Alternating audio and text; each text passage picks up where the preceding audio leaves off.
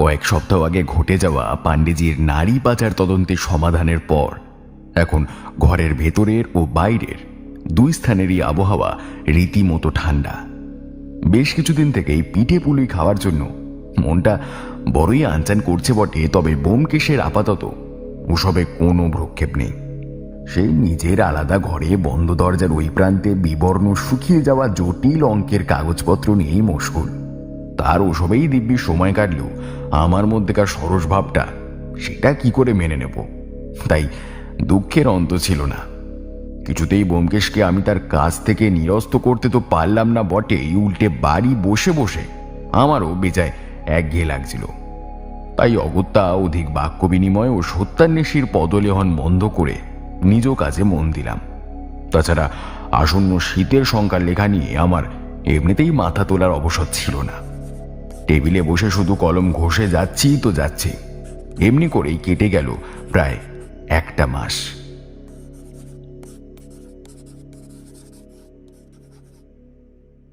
যেসব মানুষ অপরাধমূলক কাজ করে তারা দিনক্ষণ স্থির করে কোনো কিছুই করে না, ফলে গোয়েন্দাদের সর্বত্রই সন্ত্রস্ত হয়ে থাকতে হয়। বিশেষত সত্যান্বেষী ব্যোমকেশ বক্সির মধ্যে কোনো প্রকার আনন্দই দেখতে পাই না যখন সে হাত কোলে করে বসে থাকে আর ক্ষণে ক্ষণে সিগারেটের পর সিগারেট শেষ করে দেয়। তাকে সর্বদাই এখন দেখি খবরের কাগজে ছাপা খুঁটিনাটির ওপর নিরীক্ষণ করে কি করণীয় সেই বিষয়ে লম্বা বক্তৃতা দেয়। একদিন আমাকে সংবাদপত্রের একটা বিশেষ অংশ দাগিয়ে সেটা পড়তে দিল। তারপর নিজের মনেই বলল, কি হলো বলো তো অজিত? দেশশুদ্ধ লোক কি শুধরে গেল নাকি বলো তো? কোথাও কোনো দুঃসংবাদ ছাপা হচ্ছে না, একটাও খুন জখম রাহাজানি ডাকাতি হচ্ছে না। পৃষ্ঠার পর পৃষ্ঠা উল্টে গেলাম, কিছুই নজরে পড়লো না দেখছি। কালকে তো দেখছি শুধু রাজনীতি নিয়েই মেতে আছে।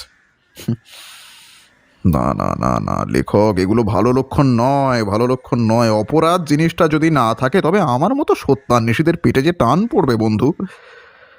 দিন কয়েকের অবস্থা দেখে মনে হচ্ছে সত্য যুগে বসবাস করছি।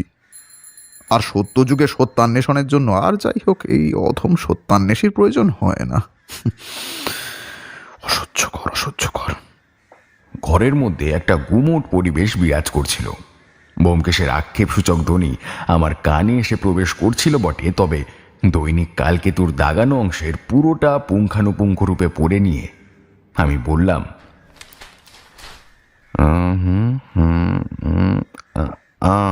আচ্ছা, ও কিছু মনে করো না ব্যোমকেশ, তবে অপরাধ তত্ত্ব ঘাঁটতে ঘাঁটতে তুমি অপরাধীদের মনস্তত্ত্ব নিয়ে ভাবতে শুরু করেছো দেখছি, ওই ওই দুষ্কৃতী অনুকূল বাবুর মতোই। মনে পড়ে তো তোমার সেই শত্রুর কথা, একাধারে কোকেনের বেআইনি ব্যবসাদার ও দ্বিতীয়ত দেবকুমার বাবুর দেশলাই বাক্সের নিখোঁজ হওয়ার পিছনে তারই হাত ছিল। ও তিনি তো আবার ছদ্মনাম প্রয়োগ করে আমাদের সম্মুখীন হয়েছিলেন, কি যেন নামটা, কোকোনাথ গুপ্ত। হ্যাঁ, মনে পড়েছে তোমার? উফ বাবা, লোকটার মধ্যে কিন্তু একটা ব্যাপার ছিল অজিত, কি বলো? বিজ্ঞানের অগাধ জ্ঞান ছিল, কিন্তু সঙ্গদোষ আর অর্থ লালসা তাকে বেপথে চালান করলো। কিন্তু যাই বলো, অপরাধপ্রবণ মন থাকলেও মানুষটা কিন্তু যেমন মিশুকে তেমনি সদালাপি। সে ঠিক, তবে দিন কতকের জন্যই যদি সারা দেশে শান্তি বিরাজ করেই বা তাতে ক্ষতিটা কিসে শুনি? রাজ্যের দুষ্কৃতি জোচ্চোর বদমাশ নিয়ে নানাঘাটা করার ফলে দেখছি তুমিও ওদের চিন্তাধারাতেই একদম বিশ্বাসী হতে আরম্ভ করেছো। ব্যোমকেশ সহজ ছুড়েই উত্তর দিল, রোষ কেন বন্ধু বল, রোষ কেন? না হে অজিত, না, আমি সে কথা বলছি না, কিন্তু আমার দীর্ঘদিনের অভিজ্ঞতা একটাই কথা বলে, অতি শান্ত পরিবেশ কিন্তু বিধ্বংসী ঝড়ের পূর্বাভাস। আর তাছাড়া মস্তিষ্কের খোরাক ছাড়া দুই দণ্ড কি আর থাকা যায়? না গজিত না। বিশ্বাস করো, এই শীতের সময় একটা জমাটি চিন্তা নিয়ে ডুবে থাকলে কি ভালোটাই না হতো। তার সঙ্গে পাল্লা দিয়ে সিগারেটে একের পর এক টান, আহা! বুঝবে না, বুঝবে না, তুমি বুঝবে না। তুমি একজন সাহিত্যিক, তুমি সাহিত্য ভালোবাসো। ঘন্টার পর ঘন্টা লেখালেখিতে তোমার যেমন আনন্দ, তেমনি কোনো জটিল রহস্য নিয়ে ঘন্টার পর ঘন্টা ভাবা এই অধমের নেশা ও পেশা উভয়ই। আর আমার হাতে কাজের বরাদ আসা মানেই তোমার একটা উপন্যাসের খোরাক জোটা। কি? তুমি যে আমার কীর্তি প্রচারক, এই কথাটা আমি কি করে অস্বীকার করি বলো তো? হুম, বাস্তবের সঙ্গে একটু কল্পনার রং চড়িয়ে বেশ ভালো গোয়েন্দা কাহিনীও তো তোমার হয়, কি বলো? আমি তাচ্ছিল্যে সুরে বললাম, ওসব বাদ দাও তো দেখি।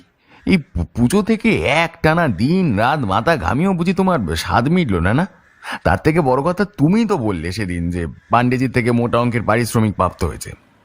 হ্যাঁ, ওনাকে অনেক বারণ করার সত্ত্বেও উনি শুনলেন না, জানো তো। বললেন যতই হোক একটা সরকারি কাজ, তাই আমি নাকি পারিশ্রমিকের যোগ্য দাবি রাখি। কিন্তু কথা সেটা নয় অজিত, অর্থের প্রসঙ্গ এখানে আসছে না। এখানে প্রসঙ্গ এই শীতে মস্তিষ্ককে একটু খাটিয়ে তাকে ঘরমাক্ত করা, বুঝলে? তা ভায়া, প্রসঙ্গ যদি তাই হয়ে থাকে তাহলে এই নাও, ধরো, শব্দ চক মেলাও আর বিজ্ঞাপনের দিকে শিকারী দৃষ্টি নিক্ষেপ করে হোঁট পেতে বসে থাকো।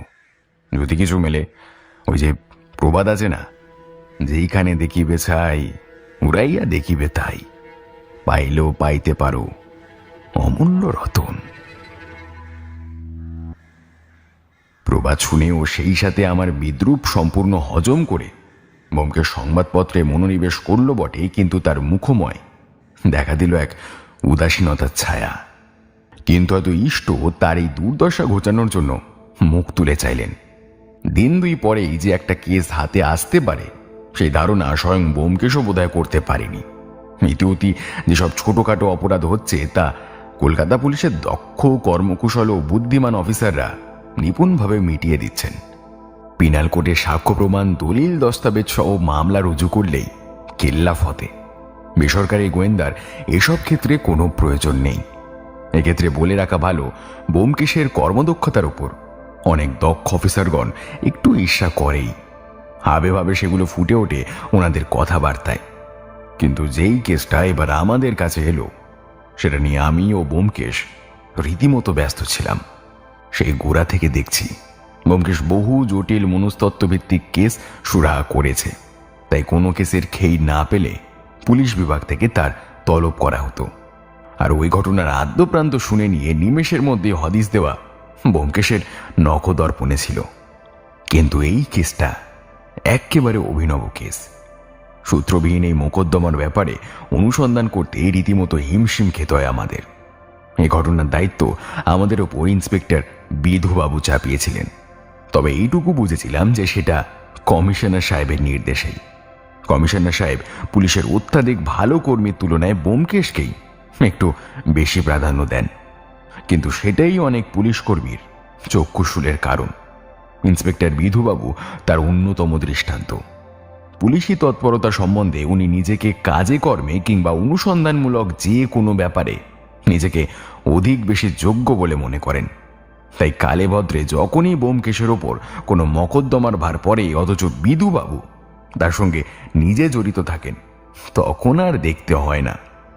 ব্যোমকেশ অবশ্য ওনার কাছে পুলিশি মহলের গুপ্ত কথা জানার তাগিদে নির্বাক হয়েই তার কথা শুনতে থাকে ও মনে মনে কৌতুক অনুভব করে।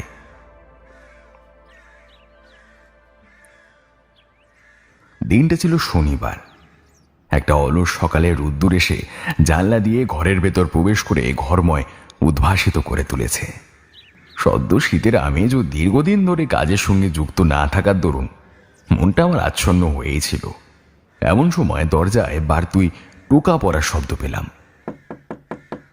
আমি ভিতর থেকে অনুচ্চ কণ্ঠে বললাম, কে? দরজার অপর প্রান্ত থেকে গম্ভীরভাবে যার কণ্ঠ ভেসে এলো তাকে আমি বেশ ভালোভাবে চিনতে পারলেও তিনি গোড়ায় নিজের পরিচয় দিয়ে বললেন, আমি ইন্সপেক্টর বিধুবাবু। ব্যোমকেশবাবু আছেন বাড়িতে? ব্যোমকেশ আরাম কেদারায় বসে নিবিষ্ট মনে দৈনিক কালকেতুর দিকে দৃষ্টিপাত করেছিল। বিধুবাবুর নামটা শুনেই সে খবরের কাগজ ভাঁজ করে রেখে দিয়ে ফিসফিস করে আমাকে বলল, বিধুবাবু মানেই দৈনের দুর্গতি, নিশ্চয়ই কোনো খারাপ খবর। চলো অজিত, ভগবান মনে হয় মুখ তুলে চেয়েছেন, দেখি উঠি। বলে নিজে গিয়ে দরজার আগল খুলে দিতেই দেখি পুলিশের উর্দি পরিহিত বছর 55 বলিষ্ঠকায় বিধুবাবু বিধ্বস্ত অবস্থায় দাঁড়িয়ে রীতিমতো ঘামছেন উনি। ব্যোমকেশ ওনাকে আসতে বলে পুটিরামকে 3 পেয়ালা চায়ের ফরমাস দিল। মুঠিরাম, 3 পেয়ালা চা। ঘড়িতে তখন সময় 11টা। বিহওয়ালের মতোই বিধুবাবু প্রবেশ করে সামনের একটা আসনে ধপ করে বসে পড়লেন। ওনার প্রশ্নে ভরা মুখমণ্ডল দেখে ব্যোমকেশ উদ্বিগ্ন স্বরে প্রশ্ন করল, আরে বিধুবাবু, কি ব্যাপার, আপনাকে এরকম চিন্তিত দেখাচ্ছে কেন? খুব গুরুতর খুনের মামলা বোধ হয়। বিধুবাবু তো অবাক হলেনই, সেই সাথে আমিও খানিকটা। তবে তিনি প্রশ্ন করলেন, মানে এই আপনি কি করে বুঝলেন ব্যোমকেশ বাবু যে এটা খুনের মামলা? এখনো তো আমি কিছুই বলিনি আপনাকে। বিধুবাবুকে চেয়ারে বসার জন্য আহ্বান করে সিগারেটের কেস থেকে একটা সিগারেট বের করে ধরিয়ে ব্যোমকেশ ঈষৎ হেসে উত্তর দিল, অনুমান, পুরোটাই অনুমান বিধুবাবু। কয়েকটা বৈশিষ্ট্য দেখে আন্দাজ করেছিলাম বটে, তবে এখন আপনার শারীরিক ভঙ্গিমা দেখে সত্যি বলেই মনে হচ্ছে। তবু কি এমন দেখলেন আপনি যা আমাদের চোখে পড়ল না? বিধুবাবু বিহবলের মতোই বললেন কথাটা। আমার মনেও নিদারুণ কৌতূহল জন্মালো। ব্যোমকেশ সিগারেটে টান দিতে দিতেই পায়চারি করতে করতে বলল, দেখুন, প্রথমে আপনার সিঁড়ির ধাপ দিয়ে দ্রুত পদে ওঠার শব্দ আমার কানে এসেছিল, কিন্তু মজার ব্যাপার, আপনি কখনোই অমন দ্রুতভাবে উপরে ওঠেন না। তাছাড়া আপনার এই হুট করে চলে আসাটা সেটাও প্রমাণ করছে যে কিছু একটা গন্ডগোল হয়েছে, যার হদিশ আপনি পাননি। আপনি মনে করে দেখুন, আমার বাড়িতে আসার আগে আপনি বরাবর ফোন করে খোঁজখবর নিয়েই আসেন, ঠিক কিনা? এবার দ্বিতীয় অনুমান, আপনি নিজে ওই অকুস্থল একবার পরিদর্শন করেছেন, কেননা আপনার প্যান্টের পকেট থেকে বেরিয়ে থাকা রুমালের কিঞ্চিত অংশে লেগে থাকা ক্ষীণ রক্তের বিন্দু এখনো আমার দৃষ্টি আকর্ষণ করছে। আর আপনার মুখ দেখে একটা সদ্য ভূমিষ্ঠ শিশুও বলে দেবে আপনি নিদারুণ বিপদের মধ্যে আছেন। তাই অনুমান করলাম ওই ঘটনা নিয়ে উপরমহল থেকে তদন্তের ভার আপনার উপর দেওয়া হয়েছে, কিন্তু ঘটনার কোনো খেই খুঁজে না পেয়ে এখন আপনি আমার সাহায্য প্রার্থী। আর সেই সাথেই উপরমহল থেকে চাপ আসার দরুন আপনি অকুস্থল থেকে নিয়ে আসা দেহটা হাসপাতালে চালান করে দিয়েই আমার বাড়ি অবধি হেঁটেই এসেছেন। এটা বোঝা যাচ্ছে আপনার শারীরিক ক্লান্তি, দ্রুত নিঃশ্বাস ফেলার দরুন বুক ওঠানামা, ওই কপালে ওই বিন্দু বিন্দু ঘাম ইত্যাদি, এইসব দেখে। বিধুবাবু, এইরকম আরো 23টা কারণ আমি আপনাকে ব্যাখ্যা করতে পারি, কিন্তু তাতে আমার মনে হয় সময়ের অপচয় করাই হবে। তাই আপনি একটু শান্ত হয়ে একটা সিগারেট ধরান, এ নিন, আর শুরু করুন। স্তম্ভিত হয়ে এতক্ষণ ব্যোমকেশের অকাঠ্য যুক্তিসঙ্গত কথাগুলো আমরা দুজনেই শুনছিলাম। চেয়ারে ঠেস দিয়ে বিধুবাবু একটা সিগারেট ধরিয়ে এক পেট ধোঁয়া টেনে অন্যমনস্কভাবে বললেন, চিন্তার কি আর শেষ আছে ব্যোমকেশ বাবু? প্রায় 22 বছর হলো এই পথে ঢুকেছি। আজ এতগুলো বছর অতিবাহিত হলো, কিন্তু এমন ঘটনা কখনো দেখিনি। এই রহস্যের সমাধানের অনেক চেষ্টা চালিয়েও কোনো লাভ হচ্ছে না। আমি যখন অপারক, তখন কমিশনার সাহেব যে কি করে আপনারাও তা এই মামলা ফেলতে ভরসা পাচ্ছেন তা বুঝি না বাবু।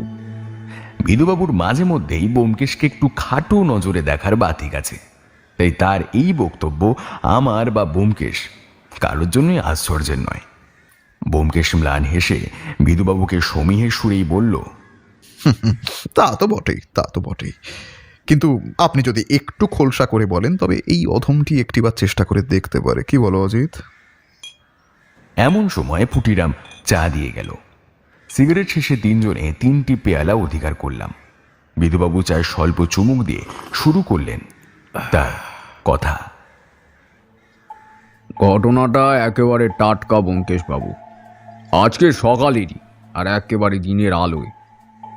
আমাদের এই কলকাতা শহরে পুলিশ ছাড়া যে আর কতজনের বন্দুক রাখার লাইসেন্স আছে তা সত্যি আমার জানা নেই। জিপে করে বাড়ি থেকে থানার দিকে রওনা হচ্ছি, পথে প্রায় 15 মিনিট কেটেছে। এমন সময় হঠাৎ একটা টায়ার ফাটার মতো শব্দ কানে এলো, আর সমস্ত আকাশ জুড়ে পুরুষালী কণ্ঠের আর্তনাদে মুখরিত হয়ে গেল। মনের মধ্যে একটা সন্দেহের উদয় হতেই আমি জিপটা থামানোর নির্দেশ দিলাম। আর নেমে দেখি ইটের পাঁজা ডিঙিয়ে একজন মিস্ত্রি গোছের কেউ ঝোপের আড়ালে পালিয়ে যাচ্ছে। আমার সঙ্গে তখন জিপ চালক ছাড়া আর কেউ নেই যে তার পিছু নেব। আমি তবে বেশ কয়েকবার তাকে উদ্দেশ্য করে হুঙ্কার দিলাম, কিন্তু ওই আততায়ী আমার কথায় কর্ণপাত না করে নিমেষে অদৃশ্য হয়ে গেল। আর কাছে গিয়ে যেতেই দেখলাম ঝোপের ধারে একটা রক্তাক্ত দেহ পড়ে। আর কি দেখলেন? ব্যোমকেশ তড়িৎ বেগে বিধুবাবু থেমে যেতেই প্রশ্নটা করল। চায়ে আরেক দফা চুমুক দিয়ে বিধুবাবু গলা ঝেড়ে বললেন,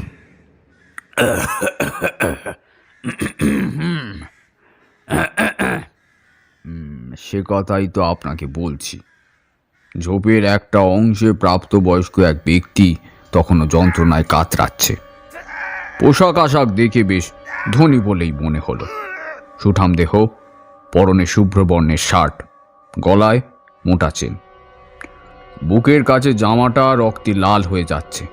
প্রাণের আশা তখনও আছে দেখে আমি আর দেরি না করে তখনই ওকে তুলে হাসপাতালে ভর্তি করার ব্যবস্থা করে দিই।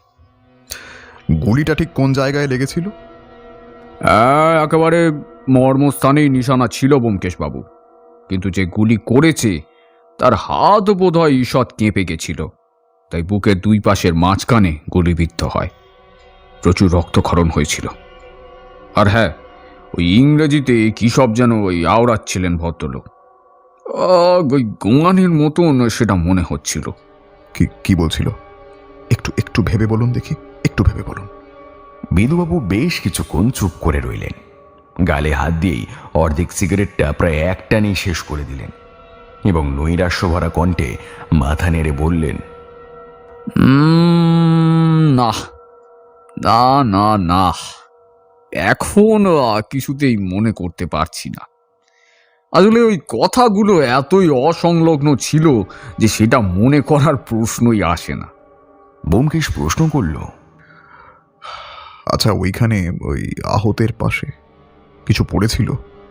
উৎসাহিত কণ্ঠে ব্যোমকেশের দিকে তাকিয়ে উনি বলে উঠলেন, হ্যাঁ হ্যাঁ হ্যাঁ, ওই একটা মানি ব্যাগ ছিল আর একটা ভাঁজ করা চিঠি। ওইগুলো এখন থানায় আমার জিম্মাতেই আছে। গুলিবিদ্ধ হতে আপনি দেখেছেন, নাকি গুলি ছোঁড়ার পর আততায়ী অদৃশ্য হওয়ার পর মুহূর্তে আপনি টের পেলেন? কোনটা?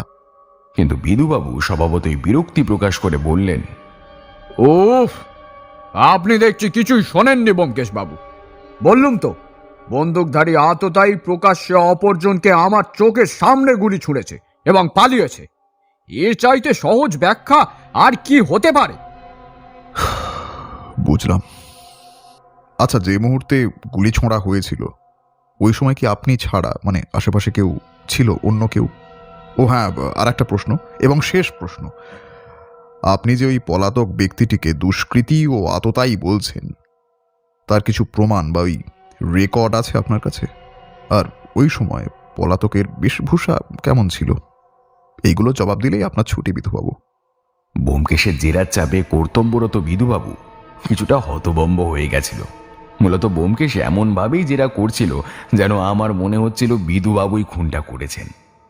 উনি এবার নিজের বুক পকেট থেকে সিগারেট বের করে ধরিয়ে আসন ত্যাগ করে জানলার সামনে গিয়ে বললেন,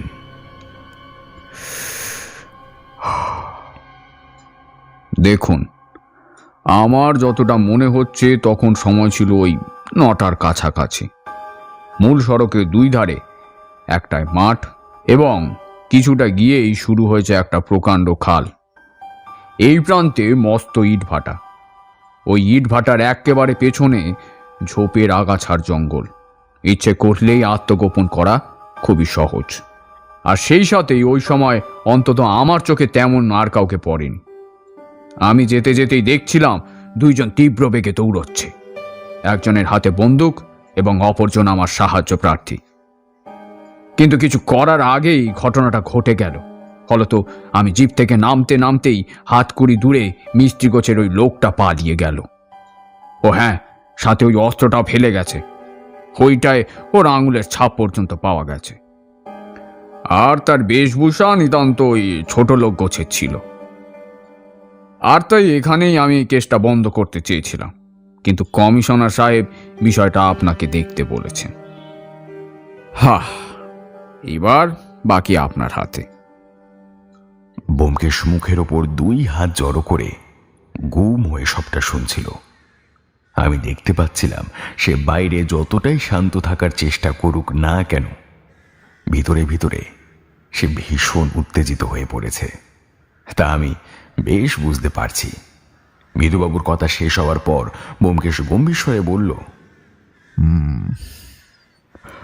আচ্ছা দারোগা বাবু, আপনি কি ওই স্থানে আমাকে একবার নিয়ে যেতে পারবেন? ব্যোমকেশের এই প্রশ্নে বিধুবাবু উত্তেজিতভাবে বললেন, কেন? আমার কথায় বুঝি আপনার বিশ্বাস হচ্ছে না? আমি তন্ন তন্ন করে খুঁজেছি মশাই, আর কিচ্ছুটা পাওয়ার কোনো সম্ভাবনা নেই। খামোকা কেনই বা আপনি ওখানে যেতে চাইছেন বলুন তো? তেমন কিছু নয়, ওই নেহাত একটু কৌতূহল ছিল আর কি। যাই হোক, আমি আপনার সঙ্গে আজ ওই বিকেল 4টে-5টা নাগাদ থানায় একটু বৈঠকে বসবো। খুব জরুরি দরকার আছে, তাই আপাতত আপনি নির্দ্বিধায় প্রস্থান করতে পারেন। নমস্কার। এই অজিত, চলো চলো চলো, নাইবার বেলা হলো, ওঠো, বসে আছো। বলেই সে উঠে গিয়ে মাথায় তেল মাখতে মাখতে স্নানঘরের দিকে প্রস্থান করল। বিধুবাবু ততক্ষণে উঠে দাঁড়িয়ে বেজার মুখে কি সব স্বগতোক্তি করে গট গট করে বেরিয়ে গেলেন। বৈঠকখানার ঘরে বসে রইলাম শুধু আমি একা। সমস্তটা শুনে আমার মনেও কেমন ধন্দ লেগে রইল। সত্যিই তো, ওই লোকটিকে যে খুনের চেষ্টা করেছে সেই আসল দোষী। খুনি হয়তো তাকে ভদ্রলোক ভেবে ওই লোকটি সর্বস্ব অপহরণের জন্য দিনের বেলা ডাকাতি করতেই বন্দুক নিয়ে তাকে গুলি করে মেরেছে। এবং তখন কিছু নেওয়ার পূর্বেই দেখে থানার দারোগা দাঁড়িয়ে। তখন কাল বিলম্ব না করে সে চম্পট দেয়। আরও নানাবিধ সমস্যায় মাথাটা গুলিয়ে যাচ্ছিল। নির্বিকারভাবে ভাবছি আর কি কি সম্ভাবনা হতে পারে। এমন সময় দেখি ব্যোমকেশ গামছা দিয়ে মাথার জল মুছতে মুছতে বেরিয়ে এলো। আমার দিকে একটা কৌতুকের দৃষ্টি হেসে বলল, অজিত, অজিত, ও তুমি এখানে? ভাবো অজিত, ভাবো ভাবো, ভাবনাকে প্রশ্রয় দেওয়া অভ্যাস করো। হয়তো দেখা গেল তুমি এমন একটা সূত্র খুঁজে বার করলে যাতে গোটা সমস্যাটারই সুরাহা হয়ে গেল। আমার সহকারী হয়ে তোমারও তো কিছু দায়িত্ব আছে নাকি? হ্যাঁ, এই জন্যেই বলে ভাবিয়া করিও কাজ, করিয়া। আমি বিস্ফারিত চোখে ব্যোমকেশের পানে চাইলাম। আমি প্রশ্ন করলাম, এই এক মিনিট, তুমি জানলে কি করে যে আমি এই মামলার ব্যাপারে ভাবছিলাম? আমার হাতে তো লেখা সরঞ্জাম। একটা উৎকট হাসি এসে ব্যোমকেশ নতুন ফতুয়া পরে নিজের আরাম কেদারায় স্থিত হয়ে বসে বসে বলল, লেখা সরঞ্জাম?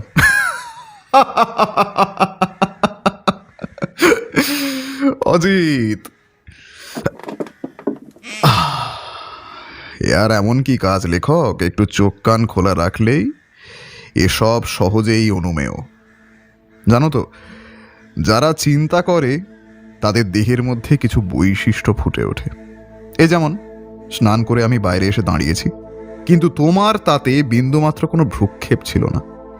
তোমার কলম থেমে গিয়েছিল, কপালে ভাঁজ পড়েছিল, আর দৃষ্টির মধ্যে ছিল অন্যমনস্কতা। অর্থাৎ সব মিলিয়ে এই দাঁড়ায় যে তুমি বিধুবাবুর মুখনিসৃত ঘটনার একটা আবছা ছবি দেখতে পাচ্ছিলে কল্পনা মাফিক। তুমি যেহেতু গল্প লেখক, তাই কোনো ঘটনার কল্পনা করা তোমার পক্ষে নিতান্ত কষ্টসাধ্য নয়। সুতরাং ভায়া, এই হচ্ছে ব্যাপার, বুঝলে? আরো বিস্মিত হয়ে একটু জেদের বসে তর্কের সুরে প্রশ্ন করলাম, ঠিক আছে, মেনে নিচ্ছি আমি লেখা থামিয়ে চিন্তাই করছিলাম, যথার্থ বলেছ, কিন্তু আমি যে এখনকার ব্যাপার নিয়ে ভাবছি ওটা তুমি ধরলে কি করে? তুমি তো অন্তর্যামী নও। ম্লান হেসে ব্যোমকেশ বলল, এটা আমার অনুমান মাত্র। সবকিছুই অনুমানের উপর ভিত্তি করে ঘটে। যে যত সঠিক অনুমান করতে পারে তারই সাফল্য নিশ্চিত। আমার কীর্তি প্রচারক তুমি কিন্তু এই কথাটা অস্বীকার করতে পারবে না ভায়া যে গোড়ায় যা যা অনুমান করেছি সেগুলোই শেষ পর্যন্ত অক্ষরে অক্ষরে সংঘটিত হয়েছে। বুঝলাম তর্কে ব্যোমকেশকে পরাস্ত করা একেবারে মুশকিল। এরপর আর কথা হলো না। ওই মুখে যে কুলু বাঁধলো তার যে সারা দিন অবধি চলল। খাওয়া দাওয়ার পর ব্যোমকেশ নিজের আরাম কেদারায় বসে একটা খাতা কলমে আঁক কেটে কুটে ও ঘন্টায় ঘন্টায় বাক্সভর্তি সিগারেটের শ্রাদ্ধ করে শেষ পর্যন্ত বিকেল 4টে নাগাদ বের হওয়ার জন্য পাঞ্জাবিটা গলাতে যাবে এমন সময় টেলিফোনটা বেজে উঠল। ফোন ধরতেই ব্যোমকেশ বলে উঠল, নমস্কার, ব্যোমকেশ বক্সী বলছি। কে? বিধুবাবু? ও হ্যাঁ, বলুন, কি হয়েছে? কি দুষ্কৃতী ধরা পড়েছে? আচ্ছা, আমি আসছি। আর হ্যাঁ, বলছি, ওই লোকটির কিছু পরিচয় জানা গেছে? আচ্ছা ঠিক আছে, আমি একবার লাশটা দেখতে চাই। একদম একদম একদম। আচ্ছা, আমি এক্ষুনি আসছি আমি। অজিত, আমি আসছি, ফিরতে রাত হবে। আমার জন্য অপেক্ষা করো না, তুমি বরং খেয়ে নিও। আর শুনানির কিছু থাকলে তোমাকে জানাবো আমি। বলে শালটা আপাদ মস্তক জড়িয়ে সে বেরিয়ে পড়ল। আমার সারাদিনটা লেখালেখি ও বইপত্তর ঘেটেই ক্রমশ কেটে গেল। ক্রমে ব্যোমকেশ যখন ফিরল তখন রাত 10টা। দেখি তার গলদঘর্ম অবস্থা। ঢোকামাত্র সে বলল, অজিত, ওই লোকটি মারা গেছে। আমি অবাক হয়ে প্রশ্ন করি, কার কথা বলছো তুমি? ওই যাকে হাসপাতালে নিয়ে গেলেন বিধুবাবু? ব্যোমকেশ কেবল নীরবে ঘাড় নাড়ল আর বলল, থানায় যাওয়ার আগে আমি ওই উক্ত হাসপাতালে একবার খোঁজ নেওয়ার জন্য গিয়েছিলাম, কিন্তু সেইখানে গিয়েই জানতে পারি যে ওই নামের একজনকে সত্যি ভর্তি করা হয়েছে। কিন্তু জানো তো অজিত, ওই মৃত্যুটা কেমন যেন অস্বাভাবিক। ব্যোমকেশ, বলছি গোড়া থেকে বলো না। আরে গোড়া থেকে বলার সময় এখনো আসেনি অজিত, কিন্তু যেটুকু বলা প্রয়োজন সেটুকু শুনে নিতে পারো। ওই উক্ত হাসপাতালে ওই নামের ভদ্রলোকটি সত্যি ভর্তি হয়। আমি দেহ দেখেছি, বিধুবাবু মিথ্যে কথা বলেননি। সত্যি শিক্ষিত ও সুপুরুষ, আভিজাত্য আছে। যে স্থানে ক্ষত সেখানকার কাপড় সরিয়ে আমাকে দেখানো হয়েছে। আমার সাথে একটা পুলিশের লোক ছিল, সেই তৎপর হাতে আমার নির্দেশ মতোই ওগুলো করে দিচ্ছিল। একেবারে ওই বুকের এইখানে, বুঝলে, এই মাঝখানেই ক্ষতের সৃষ্টি হয়েছে। ডাক্তারের সঙ্গে কথা হয়েছিল দারোগা বিধুবাবুর। তিনি আশ্বাস দিয়েছিলেন যে দিন 20 মধ্যেই এই লোকটি ঠিক হয়ে যাবে। কিন্তু বিনা মেঘে বজ্রপাত হলে যা হয় আর কি। লাশ ময়না তদন্তে গেছে, রিপোর্ট এলেই জানতে পারবো। ওখান থেকেই থানায় গেলাম। থানায় প্রবেশ করতেই একজন লোকের মর্মান্তিক আর্তনাদের শব্দ কানে ভেসে এলো। এই আরং ধোলাই দিলে যেমনটা হয় আর কি। আমাকে বিধুবাবুর চেম্বারে বসিয়ে একজন আরদালি ওনাকে খবর দিতে গেল। টেবিলের উপরে এক রাশ কেস ফাইল স্তূপাকৃত। একটা কাগজ চাপা ঘুরিয়ে ফিরিয়ে দেখছি, এমন সময় উনি প্রবেশ করলেন। মুখমণ্ডল টকটকে লাল। মনে হলো প্রচণ্ড ইচ্ছা শক্তির প্রয়োগ করা হয়েছে। গলার রগ সব ফুলে ফেঁপে উঠেছে। তুমি জানো না অজিত, আইনের গাঁড়া কলে পড়লে যেমন মনে ভীতির সঞ্চার হওয়ার ফলে আসামিগণ লাঠির আঘাতে সুর করে আসল সত্যি বলে ফেলে, তেমনি কিছু ধুরন্ধর আসামি আছে যাদের কাছে প্রাণের মায়া অতি তুচ্ছ। শত আঘাতেও তাদের মুখ থেকে রা শব্দটি বের হয় না। নিজের কেবিনে প্রবেশ করে রাগে গজগজ করতে করতে চেয়ারে বসে এক গ্লাস জল খেয়ে উনি বললেন, এই যে ব্যোমকেশ বাবু, ভালোই হলো আপনি এসেছেন।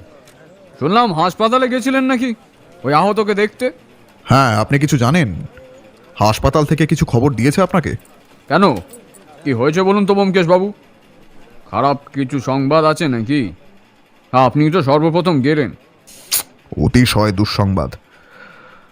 আপনার চিহ্নিত করা আহত এখন নিহতে পরিণত হয়েছে। ওই লোকটি অস্বাভাবিক মৃত্যুর শিকার হয়েছে, জানেন এটা? কিন্তু ডাক্তারের মত যে ওই আগন্তুকের গুলির আঘাতে মৃত্যু হয়নি, বরং এর পিছনে অন্য কোনো কারণ আছে। হত্যাকারী খুবই চালাক বিধুবাবু। সে কোনো প্রমাণ ছাড়াই তাকে এই পৃথিবী থেকে সরিয়ে নিজে চম্পট দিয়েছে। ধুরন্ধর আসামি। হ্যাঁ, বলছেন কি? এই রকম কি করে সম্ভব? ওই আগন্তুকের ঘরের বাইরে যে পুলিশের লোক মোতায়েন করা হয়েছিল, আর তারা তো অষ্টপ্রহর পাহারাও দিচ্ছিল। তবে বিধুবাবু, আপনি তো পুলিশের লোক।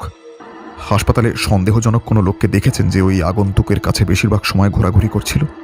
কই, তেমন কাউকে তো দেখিনি। আর ওই ঘরে সকলের প্রবেশ নিষিদ্ধ ছিল। এমনকি আমি বিশ্বস্ত একজন পাহারাদারও রেখে দিয়েছিলাম ওই ঘরের বাইরে।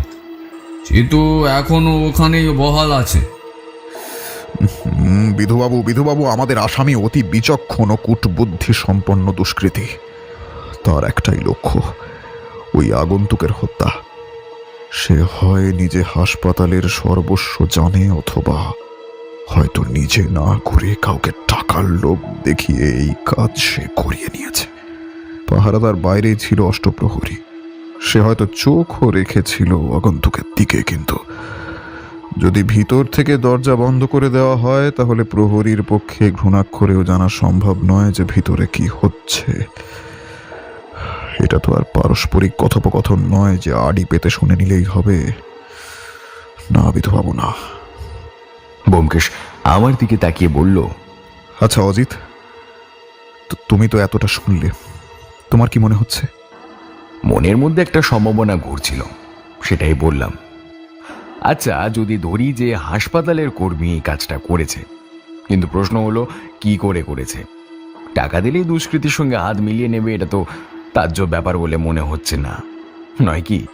আবার যেখানে হাসপাতালেই পুলিশের কড়াগার্ড, সেখানে এতগুলো মানুষের সামনে সে সব কিছু এত সহজে করলো কিভাবে?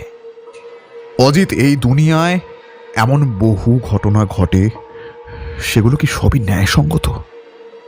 তবে হ্যাঁ, যেই এই কাজটা করে থাকুক না কেন, সে খুবই নিপুণ ও সুচারুভাবে এটা সম্পন্ন করেছে, কেউ ধরতে পারেনি। সে এই ঘরে মোতায়েনরত পুলিশের সামনে দিয়েই এই যাওয়া আসা করেছে, অথচ একটু ভেবে দেখো অজিত, ওই প্রহরী কিছুই ধরতে পারেনি। আশ্চর্য। আমি কিন্তু কিছু কিছু অনুমান করতে পারছি, জানো, সেটা মিললেই দুইয়ে দুইয়ে চার হবে। এই ঘটনাটা বেশ রেখাপাত করেছিল বিধুবাবুর মনে। তিনি তৎক্ষণাৎ ওই হাসপাতালে পৌঁছে নিজে চোখে আগন্তুকের দেহ দেখে বিস্ফারিত হয়ে গেছিলেন। হাসপাতালের যে কর্মীটি আগন্তুকের দায়িত্বের জন্য নিযুক্ত ছিল, তাকেও বহুবার জোর করা হলো। বার কতক ধমক দেওয়া সত্ত্বেও সে কিছুই বলল না। অথচ বলা ভালো, সে কিছু বলতে পারল না। আমি ব্যোমকেশকে জিজ্ঞেস করলাম, আচ্ছা ব্যোমকেশ, তুমি যে ওই পলাতক লোকটির খোঁজে থানায় গিয়েছিলে ওই আগন্তুকের হত্যাকারীকে দেখতে, সেটা দেখেছো? আর ওই মৃত লোকটির পকেটে কি সব পাওয়া গেছিল ওটা? হ্যাঁ অজিত, আপাত দৃষ্টিতে লোকটির হত্যাকারীর কাছে আমি গিয়েছিলাম। নেহাতি ছাপোষা একজন দরিদ্র শ্রেণীর বছর 55 মানুষ, বুঝলে। বিধুবাবুর জেরার ঠেলায় একেবারে ভয় মুখ কাঁচুমাচু হয়ে গেছে তার। এদিকে বিধুবাবু রওনা দিলেন হাসপাতালের দিকে, আর আমি অন্য পুলিশ কর্মীর সঙ্গে গেলাম ওই লোকটির কাছে। আরো কিছু ব্যোমকেশ বলতেই যাচ্ছিল, এমন সময় টেলিফোনটা বেজে উঠল। ব্যোমকেশ কথাটা বলেই আসন ছেড়ে নিজের গ্রন্থাগারের ঘরে ঢুকে গেল ও সেটাকে রিসিভ করে ক্ষণিক নিস্তব্ধ থেকে উত্তেজিত কণ্ঠে বলল, কি বিষক্রিয়ায় মৃত্যু? হ্যাঁ নিশ্চয়ই, আমাকে আগে ময়নাতদন্তের রিপোর্টটা পাঠিয়ে দিন দেখি। তারপর বাইরে এসে একটা সিগারেট ধরিয়ে এক পেট ধোঁয়া টেনে সে বলল, দেখলে অজিত, বলেছিলাম না, অনুমানের সিঁড়ি বেয়েই আসল সত্যের কাছে ক্রমে পৌঁছানো সম্ভব। এখানেও তাই হলো, দেখলে, বিষক্রিয়ায় মৃত্যু। আচ্ছা, তা কখন মারা গেল ওই আগন্তুকটি? গতকাল রাতেই। বলছো কি, আগন্তুক গতকাল রাতেই মারা গেল আর কেউ টের অব্দি পেল না? না হওয়ার কিছু দেখছি না।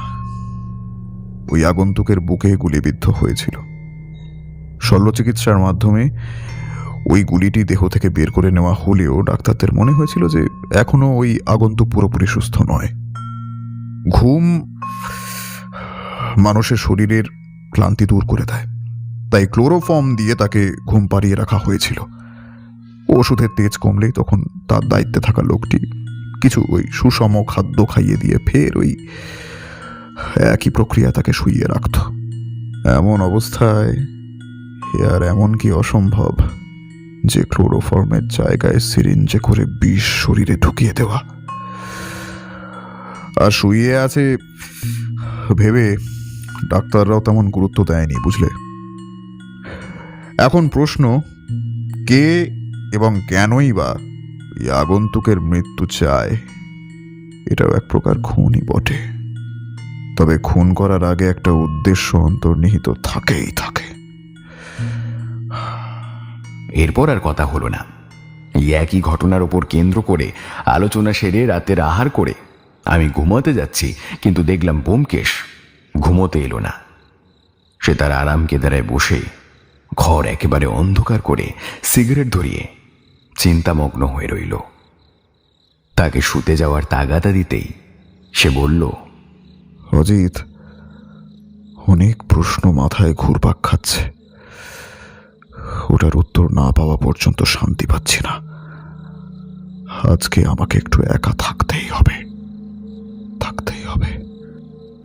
সে একা থাকো, কিন্তু বলো তো, তুমি কি পুলিশের কাজের ব্যাপারে উদাসীন? ওরা তো ব্যাপারটা দেখছেই। কিন্তু না, ওদিক থেকে কোনো উত্তর পেলাম না, কেবল ধোঁয়া ছাড়া শব্দ কানে এলো।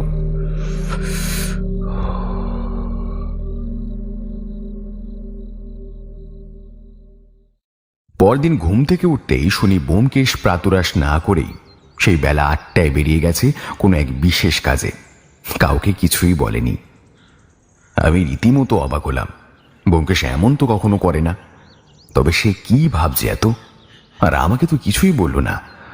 মাঝে মাঝে তার এরকম আচরণ আমার মাথায় ঢোকে না বাবু। বেলা গড়িয়ে দুপুর হলো, কিন্তু তবু ব্যোমকেশের কোনো পাত্তা নেই। এর মধ্যে ডাকযোগে তার একটা খাম এসেছে। টেলিফোনের মাধ্যমে বিধুবাবু বললেন যে তিনি বিশেষ এক জরুরি কাজে থানা ছেড়ে আসতে না পারায় আমাদের ঠিকানায় ময়না তদন্তের রিপোর্টটা পাঠিয়ে দিয়েছেন। সেই সাথেই আগন্তুকের কিছু জিনিসপত্র ওই খামের ভিতরেই আছে। আমি তাকে ব্যোমকেশ সম্পর্কে জিজ্ঞেস করায় উত্তর এলো যে তিনি নিজেও কিছু জানেন না। সূর্য অস্ত গেল। সেই সকাল থেকে আমার বন্ধুবরের কোনো পাত্তা নেই। বিজয় বিরক্ত বোধ করছিলাম মনে মনে। তাই সারা সন্ধ্যাটা কি করব এই ভেবে যখন কোনো উত্তর পেলাম না, তখন ভাবলাম একটু বেরিয়ে আসা যাক। পুটিরামকে বলে সদ্য বেরোনোর জন্য জামা গলাচ্ছি, দেখি খোলা দরজার বাইরে স্বয়ং সত্যান্বেষী ব্যোমকেশ বক্সী দাঁড়িয়ে আমার দিকে চেয়ে মিটমিট করে হাসছে। আমি ভূত দেখার মতোই অবাক হলাম।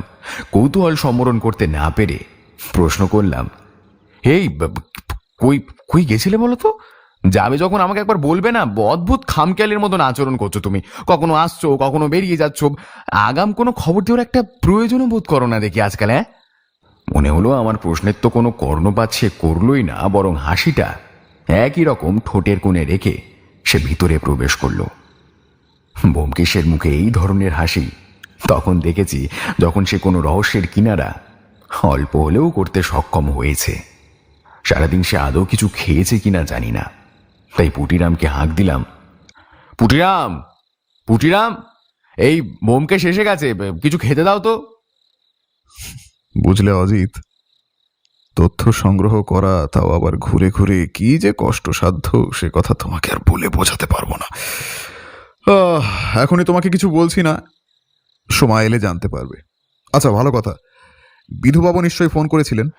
ও হ্যাঁ, উনি ফোন করেছিলেন ঠিকই, কিন্তু ভালো কথা, তোমার জন্য একটা ডাকও এসেছে। উনি বললেন যে তুমি নাকি ময়না তদন্তের নথিপত্র আর ওই আগন্তুকের দেহের পাশে বা চিঠিটা চেয়েছিলে। আমার কথা শুনে উজ্জ্বল চোখে ব্যোমকেশ একটা ডিমের টোস্ট মুখে গুঁজে নিয়ে বলল, ওইগুলো খুবই প্রয়োজন, তবে রহস্যের সমাধান হয়েই গেছে। আচ্ছা, ওই ভদ্রলোকের দেহ কি কেউ নিতে এসেছিল? ওই এই ব্যাপারে তো উনি আমাকে কিছু বললেন না। ফোন লাগিয়ে বিধুবাবুকে এক্ষুনি আসতে বলো। এবার যা যা ঘটবে সেগুলো তুমি কল্পনা করতে পারবে না। তাক লাগিয়ে দেওয়ার মতন ঘটনা। এই ব্যোমকেশ, কি ব্যাপার বলো তো?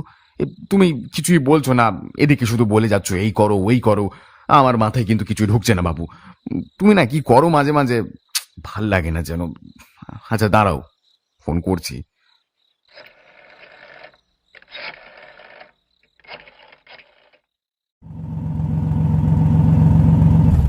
আধ ঘন্টার মধ্যেই আমাদের গৃহে পদার্পণ করলেন স্বয়ং বিধুবাবু।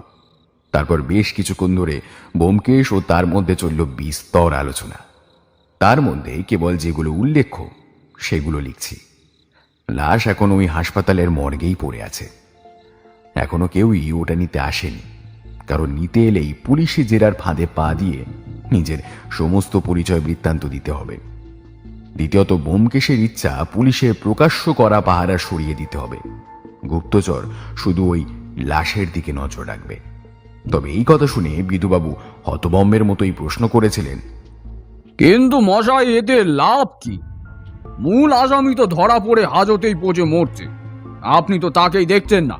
আর সন্দেহের তালিকায় ওই হাসপাতালের কর্মীকেও তো আমরা তুলে এনেছি। আবার কি এই এত ব্যবস্থার কোনো ফালতু প্রয়োজন আছে? সহজ সুরেই ব্যোমকেশ বলল, হ্যাঁ আছে।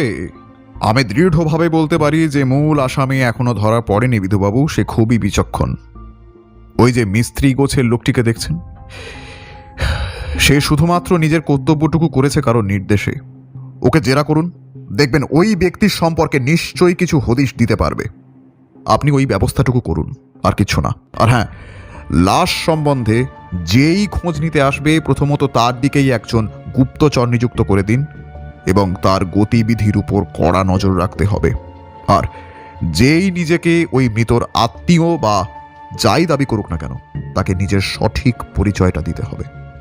বুঝলেন? কিন্তু ব্যোমকেশ বাবু, প্রায় 24 ঘন্টার বেশি হয়ে গেল, আর আমরা তো আর কম চেষ্টা করিনি।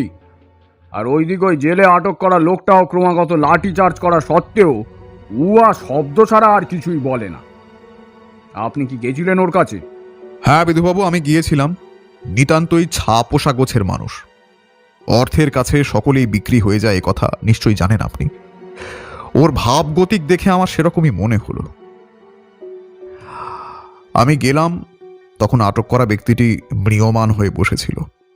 দরিদ্র শ্রেণীর ওই লোকটির কাছে কি করেই বা অমন দামি বিদেশি সংস্থার বন্দুক আসতে পারে, এটা একবার ভেবে দেখেছেন? আমার কি মনে হয় জানেন? মৃত আগন্তুকের বন্দুক বহনের ও চালনার আন্তর্জাতিক অনুমতিপত্র ছিল। বহু পীড়াপিড়ি ও ক্ষণিক শাসানি দিতেই সুরসুর করে সত্যটা বেরিয়ে গেল। আচ্ছা ব্যোমকেশ বাবু, আপনি এই যে কথাটা বললেন যে মৃত আগন্তুকের বন্দুক চালানোর অনুমতিপত্র ছিল, এই কথা কি আপনার আদেও সত্যি বলে মনে হয়? কেবল অনুমান মাত্র। ওই অনুমানের উপর ভিত্তি করেই এই রহস্যে ভেসে ওঠা কিছু কিছু সত্যগুলো একই সুতোয় বাঁধার চেষ্টায় রত আমি। লাশ আপনি দেখেছেন।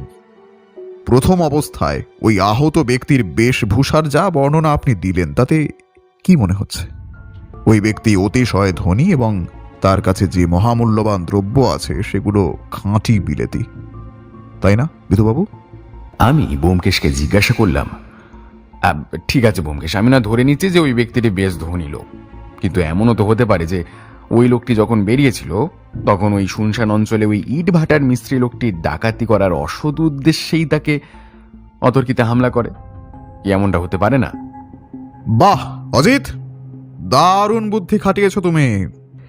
এটাও এক প্রকার ভাবে মনে করা যেতেই পারে, কিন্তু ওই রকম হলে আগন্তুককে পরাস্ত করা ওই দরিদ্র শ্রেণীর মিস্ত্রির পক্ষে খুব একটা সহজ হতো না অজিত। আগন্তুক যখন বন্দুক নিয়ে ঘুরছে তখন তার নিশানাও ব্যর্থ।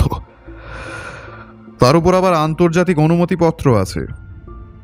এই কথাটা তুমি ভেবে দেখোনি যে ডাকাতি করার উদ্দেশ্য থাকলে অত মূল্যবান জিনিসপত্র সে হাতছাড়া করবে কেন?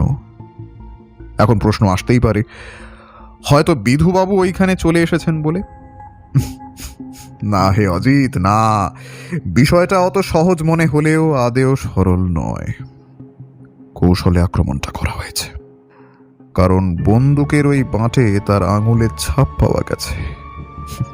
আর ওই লোকটি যদি কেবল হত্যাকারী হতো তবে হাসপাতালে কেন মরল আগন্তুক? কেউ সঙ্গোপনে থেকে ভদ্রলোকটির মৃত্যু পরোয়ানা কারোর না কারোর হাতে সঁপে দিচ্ছে।